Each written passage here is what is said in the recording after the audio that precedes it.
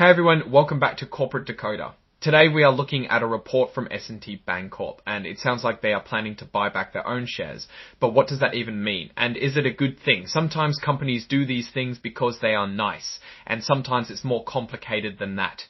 This report tells us that S&T BANCORP, a bank holding company, has decided to extend its plan to buy back its own stock. The company had a plan to spend $50 million to buy back their own shares, and now they are extending that plan into next year. Let's dig into this and see what it means. And before we dive in, if you find this kind of corporate analysis helpful, make sure you subscribe and join our Discord community. Link in the description. S&T BANCORP Inc. is the company we are talking about today. They're based in Pennsylvania.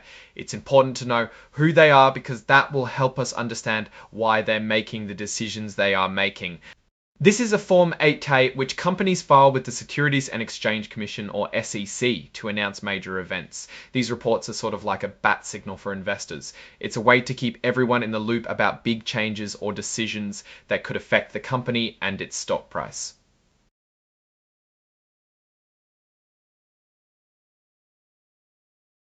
This report is dated May 13, 2025, so it's fairly recent. That means the information we're looking at is up to date, which is important when we're trying to figure out what's going on with the company. Okay, here's the main event. This section tells us that on May 13, 2025, the board of directors decided to keep going with their plan to buy back shares, extending their $50 million stock repurchase plan, which was going to expire at the end of May.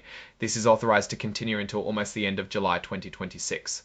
In simple words, it means the company thinks its stock is a good investment, so they are buying some of it back. They can buy back shares in a few different ways, either on the open market, meaning like anyone else buying stocks, or through private deals.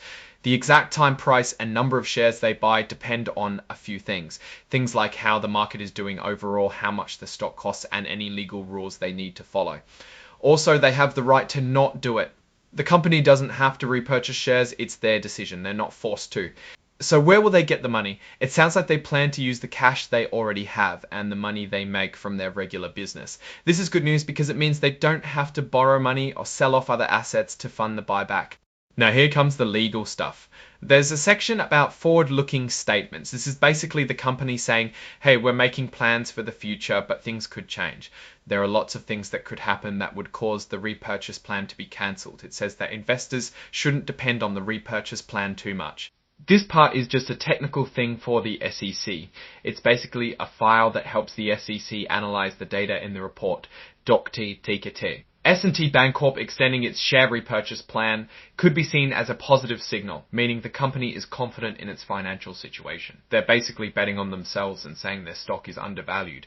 Now keep in mind, this doesn't mean the stock price will automatically go up. The market is a complicated beast and many factors influence stock prices. What are some things to consider? Well, we know the success of this depends on a few things. The overall health of the economy and of the market is important. If the market takes a dive, the buyback plan might not be as effective. Another is S&T BANCORP's performance.